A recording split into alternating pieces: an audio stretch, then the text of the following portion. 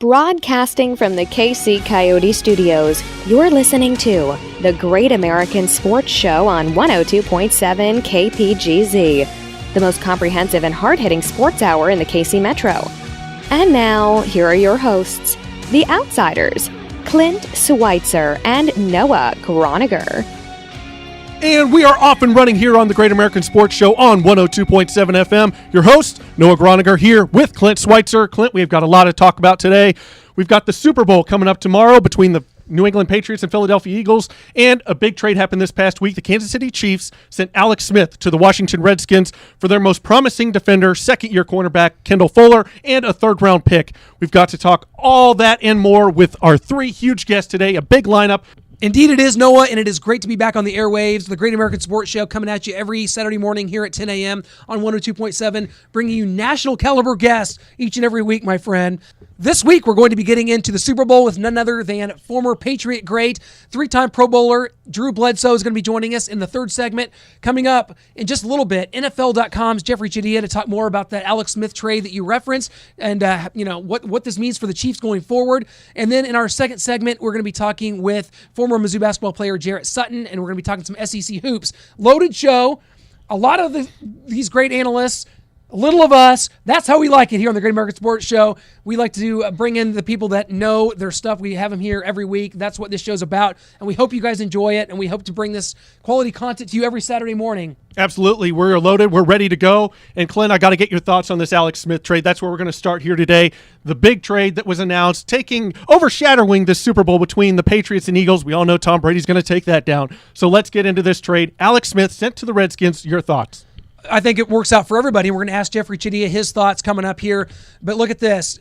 The Redskins get a discount, a bargain basement discount for them, considering what they were going to have to pay Kirk Cousins. The Chiefs, they unload a lot of salary cap room, $17 million to be exact. Their quarterback of the future awaits in Patrick Mahomes, and bringing Kendall Fuller, a guy that a lot of people rate as one of the top-rated slot corners in the NFL, coming over in a position of need. My friend, this could not have worked out any better. The Chiefs look serious about moving forward with this young quarterback and building a team around him, and that's got to get people excited here in Kansas City. Well, it better be, because we've been waiting 24 years for this since Joe Montana graced our presence as young kids growing up in Kansas City. He graced us with his presence, going out there on the field, leading this team, the clutch moments, the playoff victories, getting to an AFC championship, which we haven't been to since. And now we've got a young gunslinger, Patrick Mahomes. At the very least, this is going to be exciting. You've got a guy that they're calling the next Brett Favre. He's got an arm to die for. You've just never seen anything like it. And Alex Smith, we're finally rid of that. We've had the Steve Bonos, the Elvis Gerbachs, the Tyler Thigpens, Matt Castles, Alex Smith. We're finally rid of that journeyman. We've drafted a quarterback for the first time since 1983. It's Patrick Mahomes, and here we go. Yeah, it's off and running for the Kansas City Chiefs, and it's off and running for us here on the Great American Sports Show, as you mentioned, and going to be getting into that. Also, the Super Bowl, if you want our thoughts on that, you're going to have to wait around for the final segment, because we're going to be joined by, like I said, Drew Bledsoe. Going to catch up with him again. He has been on our show before on our podcast, which you can always check out on our website, gasnsports.com. We do a lot of things. If you aren't aware of who we are, we do a lot of things on that site. We articles, interviews, podcast videos. It's all there, gasnsports.com, and we are always glad to have new subscribers and new visitors over there. And now we are being joined currently by NFL Network analyst Jeffri Chadiha. Jeff, we know you're up in Minneapolis for the Super Bowl between the Patriots and Eagles, but we've got to get to this big trade. The Chiefs send Alex Smith to the Redskins for a third-round pick and Kendall Fuller. Your thoughts? Chiefs wanted to deal Alex Smith. They had Patrick Mahomes ready to play. They wanted salary cap relief. They wanted a draft pick to add to a pretty small amount of draft picks they have coming up here in April. And they want to improve a defense. So that move allows them to do all those things. The Redskins had a bad quarterback situation. Kirk Cousins was not going to be back. They didn't want to start over again and hope that they could find a quarterback. They're drafting middle of the first round. They're not going to get the player that they want to have who can step right in and play for them. So that makes sense. And they had a lot of cornerbacks. So to give up a cornerback who's a pretty good player, knowing that you can still be okay in your secondary, that would work for them as well.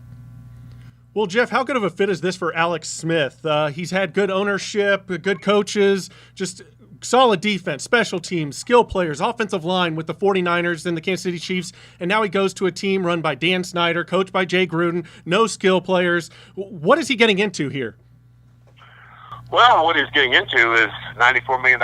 Well, yes, there is that. I think it's to a higher tax bracket, or the highest, I think he's the highest tax bracket already. But I think the positives are that he's playing for Coach Jay Grooves, who runs a West Coast style offense. So he played in that system with Andy for the last 5 years, so he knows it. Not a lot of transition to make there. They do have a good defense.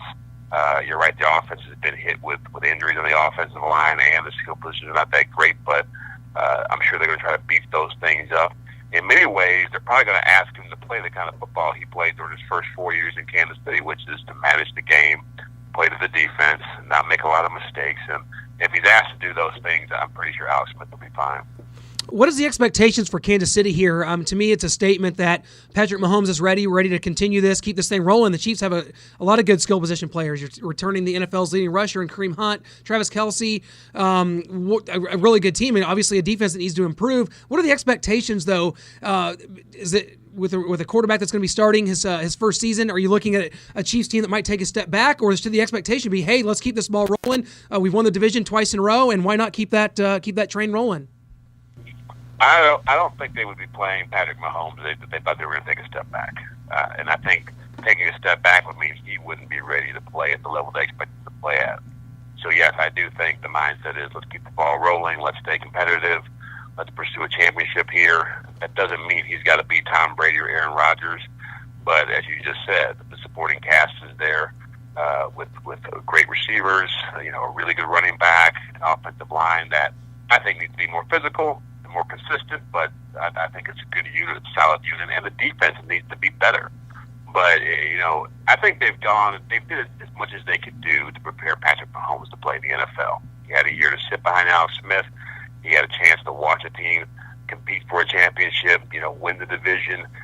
Andy Reid's been around him for a year. Matt Nagy was with him for a year. He's had a lot of people in his ear, so at some point you can't hold the guy's hand anymore. You have to go out and let him play football. Well, Jeff, do you feel that the Chiefs did win this trade? I know you said the Redskins needed a quarterback. They got one, but he's coming off a career year. They gave up a third-round pick, their most promising defender in Kendall Fuller, for a quarterback who, yes, he did have his career year, 4,000-plus yards, 26 touchdowns, 5 interceptions, but can he keep it going? Is that more of a mirage? Matt Ryan was MVP in 2016, came back to earth this year. Everyone can have that outlier year and then come back to earth at who they truly are. Did the Redskins overpay, and are they just hoping to go 8-8, 9-7, maybe a playoff loss like Alex Smith provided here in Kansas City, 1-4 in the playoffs? I don't think they overpaid because, well, put it this way, I thought going into it that the deal for Alex Smith might get done with a second-round pick. And maybe you might buy somebody who had a low first-rounder who would be interested, or maybe you might find somebody who's willing to give up a second and a conditional pick. But to get a player in the deal, which is pretty rare in the NFL, yeah, that's quite cool. But again, I feel as if the Redskins were okay with what they were giving up. And they also knew that the market for Alex Smith was heating up. He had 6 teams after him. So somebody was going to pay for him in some kind of bounty that we'd be talking about today. So I don't think that they got desperate or made a mistake in terms of what they gave up. I think the market dictated what they had to give up. Does this show the importance of playoff victories? We've seen Kansas City be the model of consistency in the regular season with 53 regular season wins over the tenure here of Andy Reid and Alex Smith, but 1-4 in the playoffs. And, you look at this in the Chiefs' playoff history, which is not very good, Jeffrey. Look, let's check this out. We have Steve DeBerg won a playoff game in 1991. A guy named Joseph Montana won 2 in 1993. And then Alex Smith won 1 against the Brian Hoyer-led Texans. And is this just the Chiefs deciding this isn't good enough? We aspire for more, and if so, is that something that can be expected going forward? Well, I would say this. Most quarterbacks, most teams, most coaches have losing records in the playoffs. If you're not named Bill Belichick, you probably haven't done too well in that category. Which we talk about this in Kansas City. Look at what's happened to the Pittsburgh Steelers over the last 5 or 6 years. They've had tremendous teams, and they've made 1 AFC title game, or maybe 2, I think, but they've been killed at both, and they haven't been able to get to the big game either. So I do think that the knocks on Alex's playoff record are a little bit unfair, because I think 2 of those games, the most recent one, against Tennessee, and the one in his first year here against Indianapolis, he played at a pretty high level. And they had an 18-point lead in one game and a 28-point lead in the other. You should win those games. But I do believe that, is he the kind of quarterback who's going to do a Tom Brady or Aaron Rodgers and lead you, put you over the top, like just take the game in his hands and throw for 400 yards and 5 touchdown passes and just, alter the whole complexion of the game? No. But is he a good enough player that if you have a good supporting cast, you have a good defense, a good running game, and a good coach who can win you a championship? Yeah, I do believe he's in that category. Well, Jeff, just a few short years ago, Alex Smith was benched in favor of Colin Kaepernick, and he led the 49ers, Jim Harbaugh, Colin Kaepernick, led them to a Super Bowl appearance. All of a sudden, Colin Kaepernick is blackballed by the NFL. Jim Harbaugh is struggling at Michigan, and Alex Smith has been guaranteed $71 million. What world are we living in? I don't know. It's hard to really. I think it's just the way the world works, the way the sporting world works. I think at the time that Alex was benched and Kaepernick was coming of age, that it was, it was if you watched Kaepernick play, you thought you were seeing a once in a lifetime player, and that's something I try to warn people about in regards to Patrick Mahomes, and I think he's got great talent, and I know people have marveled at that talent, but talent isn't enough. You really have to be able to consistently deal with the adversity the NFL throws at you. Defensive coordinators figure you out. They figure out your weaknesses. They get you to play to them. And to me, the biggest testament of any quarterback is how can you play when times get hard?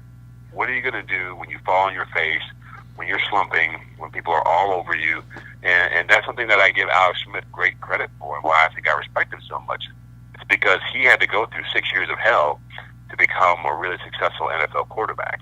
And I can guarantee you this much. I don't know what the future holds for Patrick Mahomes, but at some point he's going to go through his own adversity. He's going to have to get through that to be a successful NFL quarterback. Now, Jeff, we can't have you raining on our parade here. We've been waiting 24 years since Joe Montana. We've had Steve Bono, Elvis Gerbach, Tyler Thigpen, Matt Castle, Damon Heward, Brody Croyle, Alex Smith, and now we've got Patrick Mahomes. They're liking him to Brett Favre. He's got an arm like you've never seen before. This is going to work. It's going to work. Please tell me that. I think it's got a good chance of working. But, I'm one of those people who believes arm strength is overrated. And Joe Montana, you mentioned, did not have a cannon, but he won a lot of Super Bowls. Steve Young did not have a cannon. He was a Hall of Fame quarterback. You have to have, for me, and most coaches would tell you this, accuracy, decision-making, poise, leadership, all those things are more important than arm strength. So Patrick Mahomes, I like what I've seen too, but the dangerous part for me, as far as he's concerned and what he does going forward, and as far as the reaction to him so far, is that people's expectations are so high that if he begins to struggle, how will people respond to that? And then how will he respond to that? And he's going to have the maturity to be able to say, I'm okay no matter what happens to me. I know I can play this game and I'll be fine. Well, Jeff, of course, the Super Bowl is this Sunday, and it's in an ideal destination. I know for members of the media up in Minneapolis, Minnesota, where I'm sure the weather will be wonderful. Do you have an igloo on Airbnb rented yet, or are you just kind of waiting to see how the housing market goes when you head up there? Well, I'm already here, and the whole city feels like an igloo. So I can tell you, there's no need to go find one. It's like once you get in the city limits, you're in an igloo. Literally, and I like Minneapolis a lot, and I spent a lot of time here. I used to cover the Big Ten when I started in sports, so I came here a lot for games, and I feel bad for the city in the sense they're really getting a lot of heat. A lot of people are complaining about the weather, and I keep saying, look, you knew it was here, you knew it was going to be cold, and you got to deal with it. But I definitely feel like there's a lot of, I've never seen more people more miserable at this event in my lifetime. It feels like you're watching, people going off to, some kind of like torture camp. Every day they walk outside, it's like they're not coming back. It's like a Game of Thrones episode. episode. That is maybe a lesson to be learned. We saw the Super Bowl in New York a few years ago, but now we have one here. I guess we'd be remiss if we didn't go ahead and ask you who you think's going to, win this game. We got Tom Brady going for his 6th Super Bowl and Nick Foles in the Super Bowl. So there's a bit of a storyline here. So who do you got this Sunday? And, any prop bets you're going to call back in Vegas? I think I might just go coin flip this year. Heads or tails at 50-50. I'm kind of a 50-50 guy. So. Third team to score. Yeah, well, I'm really tempted to take Philadelphia. I liked their makeup, and I like Doug Peterson, who I've known for a while now through his connection to Kansas City. But it's just tough to pick against the Patriots at this point. They've only lost twice in this game. So much experience. Brady and Belichick are still at the height of their game. And Philadelphia's going to have to play a really good game to beat them. So I'll go with the Patriots for now. Yeah, call me crazy. I like the makeup of Bill Belichick and Tom Brady. I'm taking a chance here, rolling the dice, but that's what it's all about. Yeah. It's a gamble. Take a risk. Huh? Well, Jeff, like they say, no one likes a trendy dog. That's the Philadelphia Eagles right now. All those crazy Eagles fans throwing that money in. You don't get caught up in it. Don't get caught up in it now. I'm going to try. I got caught up in Jacksonville 2 weeks ago, so I'm avoiding that now. Well, hey, sure thing. Great stuff, man. Try to stay warm up there in the north. You're almost to Canada, so just it's not too far from the frozen tundra of the Canadian wilderness. So try to stay warm, enjoy this game, and we will talk to you soon, my friend. Thanks so much for joining us. All right, take care, guys. You too. Thanks to Jeff. I'll tell you what, in short order, I'm just going to tell you this. I'm not betting against Brady. I'm not betting against Belichick. Their average margin of victory is just 4 points in Super Bowls. I like this Patriots team. I like them to win by double digits, and I'm going to take that with me right here, my friend. Yeah, a lot of people are talking up this Eagles defensive line, and they will get after Tom Brady. This offensive line is much maligned for the New England Patriots. Tom Brady's been hit a lot this season, but they don't have enough there. With Nick Foles, it's not the same thing as those Giants with that great line in Eli Manning, so I'm definitely taking the Patriots as well. Well, when we come back, we're going to be talking some SEC and Mizzou hoops with none other than SEC Network Plus and former Tiger great Jarrett Sutton.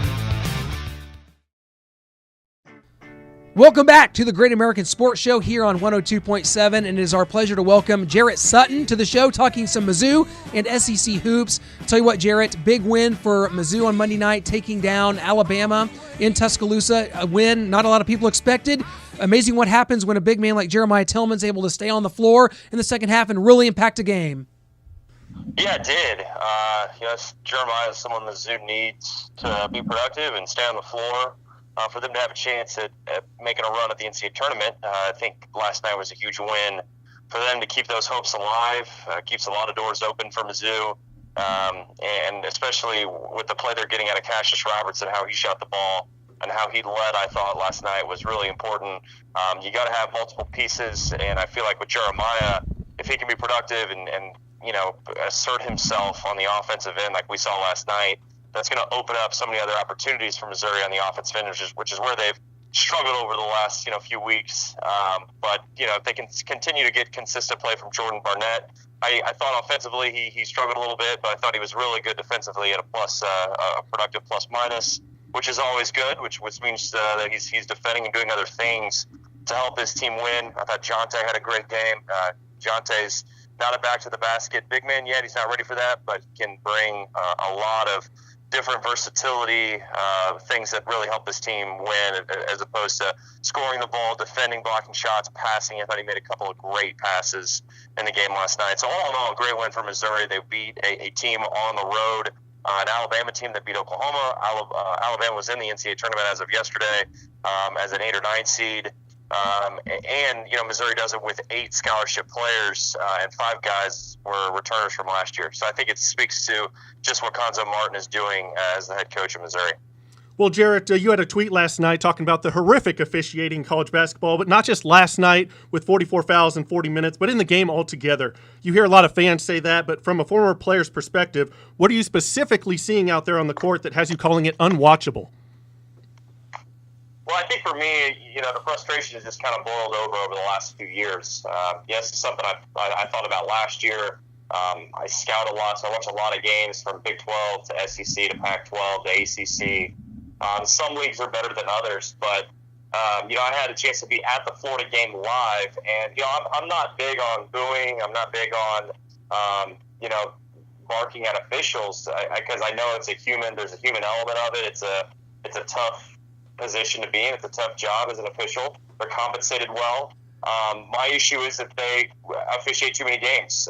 They call 5-6 games a week sometimes, and I think just the level of inconsistent officiating, top to bottom. I thought last night, I understand, official blowing his whistle for a reason, but it just felt like last night watching that game, the whistle just blew, and officials were just blowing the whistle to blow it. I thought it was inconsistent. I thought it completely changed the flow of the game, both for Missouri and for Alabama. There were some calls that went Missouri's way that I couldn't believe. That if I'm an Alabama fan, I'm frustrated. So it's just gotten to a point where it seems like every game I watch, at some point there is moments where officials break down. They don't call consistent games. They're themselves as a unit, as a group, which all three officials have to be on the same page. I think they're looking for help too much. They blow a whistle and then they don't know what they want to call. And a lot of the times they're blowing the whistle and calling fouls on players. And it takes, these coaches, it takes them out of their game plans. It takes their best players off the floor sometimes. And, I'm not talking about cases of Jeremiah Tillman. Jeremiah Tillman has had moments where he just fouls the foul, and it's the right call. But, man, Jonte Porter, 2 of his 4 fouls last night were fouls that were just phantom. There was nothing there. I thought there were a couple travels that Missouri had late in the game that weren't called that could have gone Alabama's way. Just all around, it's not one particular play either. Officials are going to miss one call here and there, but when they are consistently blowing calls and not getting calls right, and it goes for the complexity of 40 minutes, that's not good. It's not good for the product. It's not good for the fan or coach, or most importantly, the player. And, I'm just not afraid to say it anymore. Coaches can't comment about officiating, but I will, because it is horrendous. I've talked to coaches around college basketball. I've talked to officials around college basketball, and it is an epidemic. There's no question about it. It doesn't have a place for the game. It's got to be cleaned up. I don't know what the answer is. There's a lot of thoughts that I have, whether you change it to 10-minute quarters and you give players 2 fouls each quarter, whatever it is. There are some solutions out there. I don't think the NCAA wants to do that. But if they don't want to do that, they have to clean up what they're doing with the officials. And there's got to be some sort of reprimand when an officiating crew has multiple blown calls or calls that they don't make that really impact the direction of the game. There's too much money on the line. The coaches' jobs are on the line. Players are trying to win games. And really, it's a problem. The NBA is designed to protect the players. They do not protect the officials. In college basketball, it is about protecting the officials, and that's got to change. Do you feel like this has hurt viewership at all? Because I think, for me, subconsciously, as a huge fan of college basketball since I was a kid, from watching Missouri basketball to watching all levels of basketball, it's almost as if now I find myself kind of doing other things. And yeah, there's a big game on tonight, maybe Duke and Virginia, but I'll just check the score later. I don't really check into it because you feel like something's going to happen. Or if, God forbid, Kansas is playing at home, we know how that might go. And I'm thinking about Phil Pressey driving the lane there in the last game there at the Allen Fieldhouse when you were still on the team, Jarrett. Do you think it's hurt viewership? And I don't know if the numbers are showing that, but I think attendance is down a little bit. Viewership may be down. Do you think that that's hurting at all? I think so. Yeah, a little bit. I've actually had a couple friends of mine, a couple colleagues that are avid college basketball fans, and a lot of them have voiced how sometimes they don't watch games anymore because they can't deal with the officiating. And I hate to be the person that is avidly seeking this problem around the game to get changed, because I understand. I don't like the booing. I don't like to put a game on official. The players dictate the outcome. You don't want to have this be about the officials, but too many times it becomes about the officials. They get very much their ego involved in it. They're emotional, and I get that. That's the human side. A game I watched, Arkansas, Oklahoma State last weekend, minute 30 left in the game, they went to the monitor 4 times. It took 15 minutes total, and 2 of the 4 calls they actually got wrong. And you can't tell me that doesn't impact the outcome of the game. And that was a close game. They went all the way down the wire, final seconds. Does that change the outcome of the game? Yes, it does. And so that means we have to talk about the officials, which means viewership and fans are irritated and angry. And I understand people that say, well, you shouldn't blame the game on an official. No, you shouldn't blame the game on an official. But absolutely, I totally agree. But when it gets to a place where there's just no other way to look at a game and how it's dictated and how the outcome is, even when you talk about fouls. But sometimes when you're blowing the whistle constantly, and that's there's you're trying to take away the physicality of the game. I understand that, but if you keep continuing to touch fouls, that takes out best players of the teams that play, which means it completely makes the game sloppy. And we saw the commentators talk about that last night. In the Alabama game, they kept saying, well, this game is really sloppy. Well, yeah, there's a reason why it's sloppy, and that is because the best players are not on the floor for a duration of the game. And so that, I think, is frustrating for the coaches. They can't say it to the media. They can't come out and say it in their press conferences. But make no mistake about it, in the coaching fraternity and in that circle, this is a growing problem that continues to be brought up every single year, and it's going to have to be addressed at some point. Absolutely, and well said on that. And, of course, Missouri will play host to the Kentucky Wildcats on Saturday with a chance to hopefully get on or remain on the right side of the NCAA tournament bubble. But what else do you see in the SEC right now? It's unbelievable to me. It looks like with Auburn with a 2-game lead, who would have ever predicted that, first of all? And with a 2-game lead, do they run away with this thing? I know Kentucky's young. I think John Calipari likes what he has athletically. We saw them go on the road, they won a game at home, actually, in overtime against Vanderbilt, had to hold on. But they went on the road and won at West Virginia. There's something there with this Kentucky team, but they're also, this is a team that could be had. Missouri has a chance to get its first win over Kentucky since joining the SEC. Yeah, it's a big game for Missouri on Saturday with Kentucky coming to town. Kentucky struggled about a week or so ago. I thought the game that they won against Mississippi State, they got Kevin Knox going. He started to shoot the ball a little bit better, was more aggressive, rebounded the ball, which I know John Calipari's really wanted out of Kevin Knox is for his challenging him to go rebound the ball because he's a great athlete. He's a guy that can go get you 8 to 10 rebounds every game. Especially at 3 spot, and he's versatile where he can play the 2 through 4. When you look at this game and then you look at the conference too, and how Saturday will be impacted as far as the league's concerned. I mean, Auburn's the team to beat. They are very impressive. They're 8-1. They have so much quickness and athletic ability, and they can shoot the ball, and they can attack and drive, and they play fast. They protect the rim. They bring active ball pressure. I mean, they do it on both ends of the floor. And I thought he made a statement when they beat Missouri and Columbia last week. I thought it was a good win for them. Missouri's a tough place to play. I think Konzo's brought that back, which is a good sign for Missouri. I think with Auburn and Bruce Pearl, it's a team that won 4 league games a year ago, and now they're 8-1, and they've doubled up that win total. So they're my team to win it all right now in this league. They play at such a high level. Jared Harper is playing the point guard position very well. They're doing this without 2 of their premier players in Austin Wiley and D'Angelo Purifoy who are playing. So that to me is the most impressive mark. For Missouri, though, to get to 5-5 and win their 15th game on Saturday would be huge for them. They're right in that middle pack. They're probably on the last 4 out right now, or excuse me, the last 4 in right now. But they're right there on that bubble. You don't want to be on the bubble. They need some more quality wins. I thought last night was a huge win for them. Obviously, I think it goes right there with the Tennessee win, who's right now 3rd in the league, tied up there with Kentucky and Florida. And, obviously we can talk about Florida, that game in Columbia really impacting how Missouri it feels about their NCAA tournament possibilities, because if they win that Florida game, they win the West Virginia game, they find a way to win at Arkansas, it's a totally different team. They've done it without Michael Porter Jr. They've done it with the transfers of C.J. Roberts and Blake Harris. They've done it when Jeremiah Tillman hasn't played well. They've just found ways to really find ways to win gritty, tough games. But make no mistake about it, for Missouri to beat Kentucky, for Missouri to have any chance at the NCAA tournament, they have to play 40 minutes of consistent defense with toughness, with rebounding, with contesting shots. They do that, they'll have a chance to win any game they play, because I think they're starting to get a little bit more confidence on the offensive end, and that's good to see, because I think Konzo's totally turned around the culture of this team and where it's going in year 1. That's a great sign. Well, Jarrett, you mentioned Missouri having to do this without Michael Porter Jr. We all know the effects of not having him on the court this season, but are there any lingering effects past this season with not having the type of success that they likely would have had, and without the national exposure and cachet of having a top 2 NBA draft pick everyone saw and talked about all season long?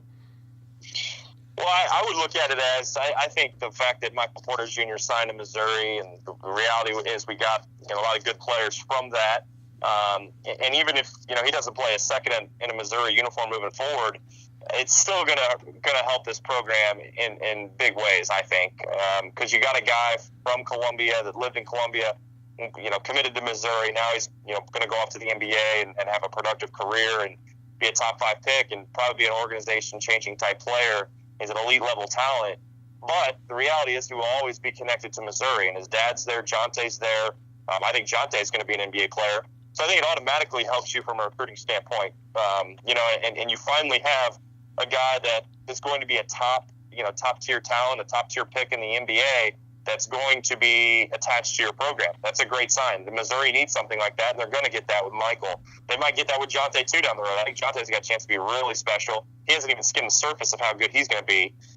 So I don't think it impacts you in that regard. I think, too, when I look at losing Michael, this team could have folded. They needed a guy that could create his own shot, that could impact the game on both ends of the floor, that could create for others, that could be a shooter, rim protector, all the above. They didn't have that. They lost him, and it wasn't an excuse for them. They kept working. They kept playing. They shocked a lot of people by what they did against West Virginia when they had a huge lead. Unfortunately, they don't win that game. But there have just been good moments where teams are starting to realize that Missouri basketball, that program is headed in the right direction. And I think that helps you above anything else in recruiting. And I think you've seen that with how Konzo is recruiting St. Louis. We're in on some really good talent, some really good players. There's great talent in the state, not only in St. Louis, but also in Kansas City as well. I think Konzo's addressing that. And again, he hasn't even hit 1 year in the position yet. And to think about what he's done, surpassing the win total from last year, getting a 5-star recruit, a 5-star talent. He had Kevin Knox on campus, considering Missouri. That's a great sign. And you're smack dab in the heart of the Midwest playing in the SEC. And I think Missouri knows that it's going to be a top 3, top 4 program in this league in basketball. I think that's what Konzo wants. Konzo is here. You want a coach that's going to stay in the job and be there and wants to be there and has roots in the state. He has that. It's a great relationship with him and Jim Sturt. So I think that all of that plays a factor in recruiting. And I think that's the most important thing. No matter what happens the rest of the season, you have to be excited about the recruiting aspect and where the program is going. Just because Konzo's in place, he's got the ties in St. Louis, he's from this area, and he wants to be here, and he's winning games and building and reshaping this program. All of that's going to play a great part for Missouri. Well, Jarrett, before we let you go, I'm not claiming that you have any insider information or anything, but I do have a question for you that I'm going to guess that maybe you haven't been asked, either if you haven't been asked this, and definitely not in this way, but if my math's correct, Jarrett, you scored 45 points in your career at Missouri, averaged 0.9 points a game. Mm-hmm. Who winds up with the most career points at the University of Missouri, Jarrett Sutton or Michael Porter Jr.? Okay. Oh, well, I would say me, I guess, over 4 years, but I have honestly never thought about that, so I appreciate you bringing that up. I guess me and Adam Wolf and countless others as well can say that. Do you think that he can? I guess what I'm asking is, though, do you think that he can surpass you? Can he get over 45? He's got 2 so far. I don't know. Sorry, I misread you. I was like, oh, thanks. Give me a little credit there. I like it. I don't know. I mean, I don't know. We'll see. Like, I think for me, I think Michael wants to come back. I think he wants to play. I think he could be really productive and help this team. He provides an area that Missouri really needs, and that's a guy that can handle the ball and create his own. But it's his decision. It's his family's decision. I don't think anybody knows. I don't think Konzo knows if he's coming back. I circled Saturday as the day he'd come back because as far as I'm concerned, and as for people I've talked to that deal with this type of procedure and for athletic physicians and team doctors that understand this operation, I thought he might be back practicing by now. Everybody's different. The timetable's different in his recovery. I just wish him well. I hope he gets fully recovered because he's got a bright future ahead of him.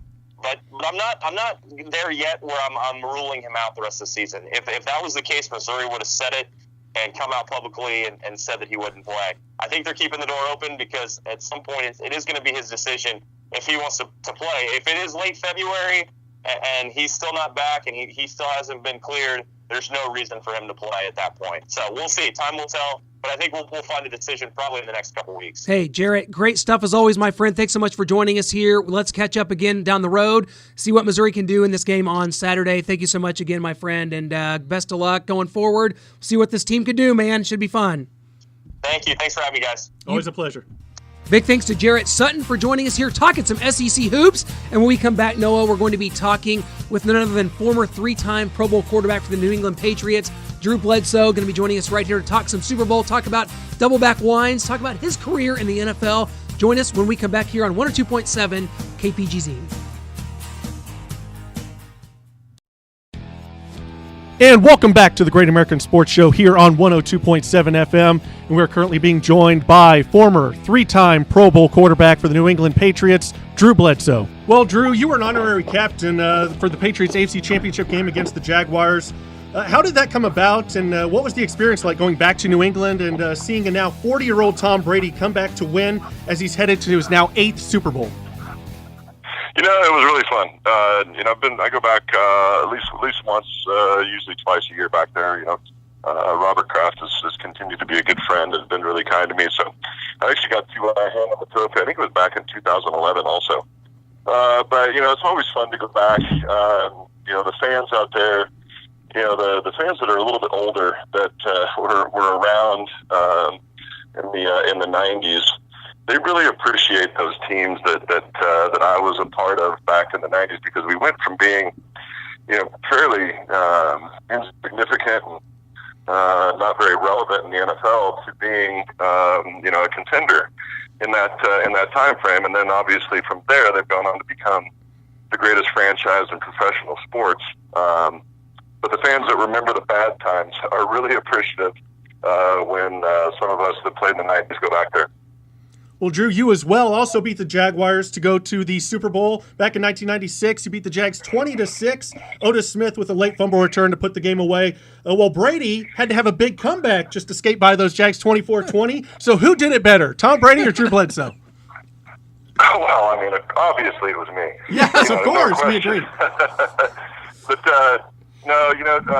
Tommy's been pretty amazing, man. He's 40 years old. His continued attention to detail and his drive to continue to prepare the way that he does so that he can play so well on Sundays is it's really pretty remarkable and fairly unprecedented, quite honestly. It certainly is, and I think though that, and you mentioned how Patriots fans and I think the NFL fans in general are so receptive of your time there, because it laid the groundwork for this dynasty. 97 and then into 01, of course. And just talk about some of the play. You played with so many wonderful players around that time, and you talk about the draft class in 96 in general that got you guys that season where it all started. But oh my gosh, the guys like Terry Glenn, Troy Brown, Curtis Martin, Teddy Bruschi. That really laid the groundwork. Just kind of talk about playing with some of those guys and your memories of them. It was really fun, man. When we were in the middle of that, those kind of mid '90s years, we were a really young team, and we had a big draft class in '93 when I came in, and then a big draft class in '96 that were foundational in those successes in the late '90s. We were young, man. We were all young. We were all single. We would hang out together a lot.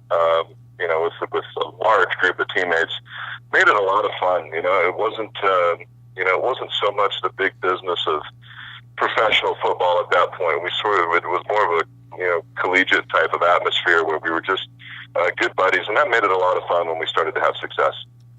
Well, absolutely. And I want to get into, of course, after your career ended in 2007, you got with Double Back Wines in Walla Walla, Washington. You've been involved with that for 11 years now, unbelievably. And we had you on our show 2 years ago before the Super Bowl talking about it. And we mentioned how, Noah and I here, we're kind of beer drinkers, but we've come over to the side now. Since we talked to you about Double Back, we've experimented a little bit, Drew. We'll give you that. And Double Back, of course, so many accolades for you guys there. You've been receiving numerous accolades, including the spot on the Wine Spectator Top 100 list. What's new out there? Anything new? Any new flavors coming out? We're doing some interesting stuff. We launched a sister winery this last year with a wine club attached to it, with some wines that are a little more price accessible. We worked really hard on Double Back, and we're really proud of it. But it's expensive to make, and therefore expensive, to the consumer. consumers. So we launched the Bledsoe Family Winery, so people can check that out. And then the thing we're most excited about is on Tuesday, this coming Tuesday, we'll release our 2015 vintage of Doubleback, which we really think may be our very best vintage we've had to date. So really exciting stuff, and it's been a lot of fun, man. It's been an interesting second act. To go from football into something so completely different into the wine world. I tell people all the time, I'm trying to see if I can go my whole life and never have a real job. I'm going to play football in the first act, and from there I'm going to go on and be a winemaker and winery owner. And so far so good. I've never really felt like I was ever going to work. I've always been having a lot of fun. Well, one thing that's interesting, I think, and I hadn't really thought about it this way, but I think it's very interesting you said that wine is not just about drinking enjoyment, but also a compelling, layered experience. Kind of talk about what that means to people, to you and to your family, because I know your wife's heavily involved and you guys are very involved in this. Just kind of talk about what that means to you guys. Yeah, I was in college, and then early on in pro career, it was mostly beer, and still, I also we live in Bend, Oregon, which is the craft brewery, capital of America. That you can't walk a block without bumping into a craft brewery, and so I still enjoy that. But to me, wine is more interesting. There are more layers to it. There's more nuance to it. It's something that when you pair it with food and you're having a nice meal and you have a great glass of wine, it elevates both the food, it elevates the entire experience, and it's something that we've developed a real passion for. So it's been a lot of fun. And then from a business standpoint, my wife's heavily involved with everything that we do, from our marketing to our blending trials. She's got a better palate than I do, so she does a lot of blending. And then I've got my oldest son is actually studying wine business. He's a sophomore at Cal Poly studying wine business. So who knows? Maybe the next generation will come in and take this family business over at some point. There you go, and they can never work, feel like they have a real job in their life either. So that's the dream. That's kind of the goal for everybody. Trust me, if he comes to work for me, he's going to work his butt off. I'm the owner. He has to do all the groundwork. Yeah, the dad gets the perks in the business. So. Yeah, absolutely. Well, Drew, you kind of talked about a little bit earlier, but how long realistically do you think Tom Brady can play? As a former quarterback, Pro Bowl quarterback, played in the Super Bowl, have you seen anything, the slightest thing that's saying Tom Brady is even slightly declining at age 40? Well, there's a couple of things. Number one, being a pocket passer is not an extremely physically demanding job. It's more mentally demanding, and it requires leadership and preparation and all of those things. So, for Tom, his physical side could actually diminish a bit, and he could still be extremely effective. But with that, he's become famous now for the way that he trains and treats his body, and he's got his book out, which I've got a copy of. I started to take a look at it, but once I got past the early pages where he said you couldn't drink wine anymore, I had to put it down. But I think that the bigger question is not whether or not he can continue to play at that high level. It's whether or not he continues to have that same desire. So far that's been the thing that's been the most amazing to me, is that to be all those years in the same place doing the same thing and preparing the same way. Doesn't matter, what you're doing. At some point, that can start to become a bit monotonous, and he seems to be able to maintain the same, level of detail and preparation that he's had since he was a kid. Yeah, it seems like Tom Brady has an obsession with football, and we've heard other players come out, and Tony Gonzalez says, I couldn't do what he does. He's made so many sacrifices, not going out to the parties, not going to Vegas with the boys. He's obsessed with football, watches hours of film, says he can watch hours more. It's just really his family and football. I mean, is that rare in the NFL? Did you see a lot of guys with Tom Brady's drive, obsession with the game? There are some guys that are that way, that are that obsessed with it, but it's not common. Most guys, and myself included, and most guys that I played with, there are other things that kind of catch our attention from time to time. Tom, he gets we've skied together in Montana and see him up there, and he likes to play golf. He certainly has fun. It's not like he doesn't do anything. But he does have a single-minded obsession with football, and says the thing he likes most in the world is playing football, and the thing he likes second most in the world is preparing to play football. Which that is fairly unique, and has allowed him to among other things, it's allowed him to have an amazing run of success. Well, talking about that success, I mean, the age-old argument, it's becoming an age-old argument. Joe Montana versus Tom Brady. Almost everyone says, without question, Tom Brady's the greatest quarterback of all time. Maybe he is, with all that he's done, especially if he gets number 6 this Sunday. I feel like it was harder to play quarterback back then. Illegal contact penalties today, handing offenses free first downs, and just the penalties for roughing the passer. I mean, you can't touch the quarterback today. So with all that said, where do you stand on Joe versus Tom? Well, first of all, let me say it would be a lot of fun to play quarterback these days. Yeah, absolutely.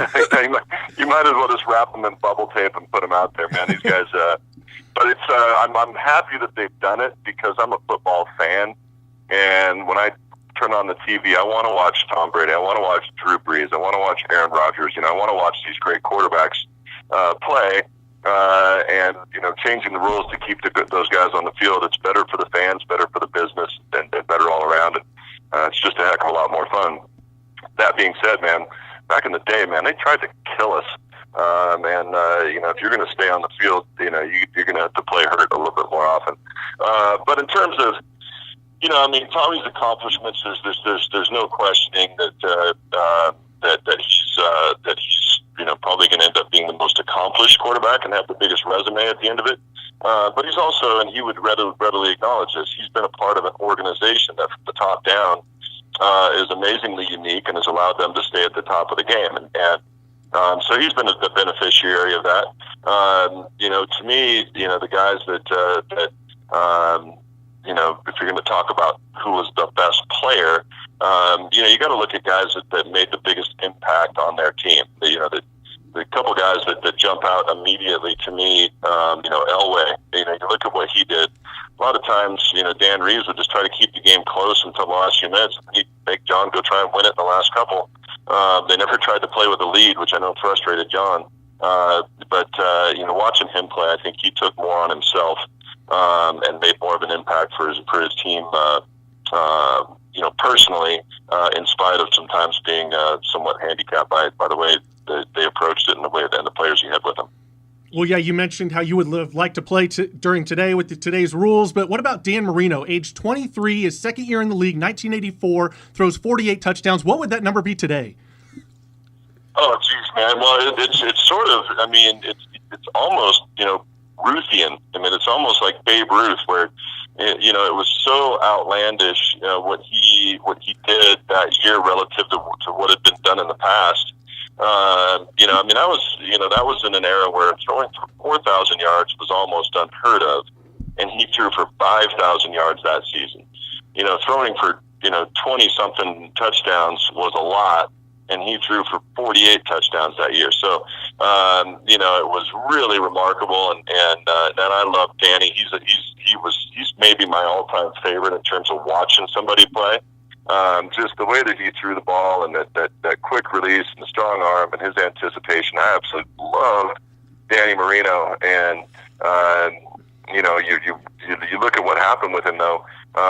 He was a guy that had the talent, and anybody that goes back and looks at that draft would put Dan at the top of it. It was him and Elway were in the same draft, and they should have gone 1 and 2, and you could probably make an argument of which one was which, right? But because there's some kind of crazy rumors, Danny, dropped in the draft to where he went to a really good squad. He went to a Miami Dolphins squad that was later in the draft because they'd been a better football team. So he was really the beneficiary of going to a pretty good football team, and then obviously, his ability, allowed them to really blow up. Plus, let's never discount the impact of having a chip on your shoulder. Some of the greatest quarterbacks of all time have played the game with a chip on their shoulder. You look at Marino. Tommy falls into that category. I know that he knows very clearly the quarterbacks that were drafted ahead of him.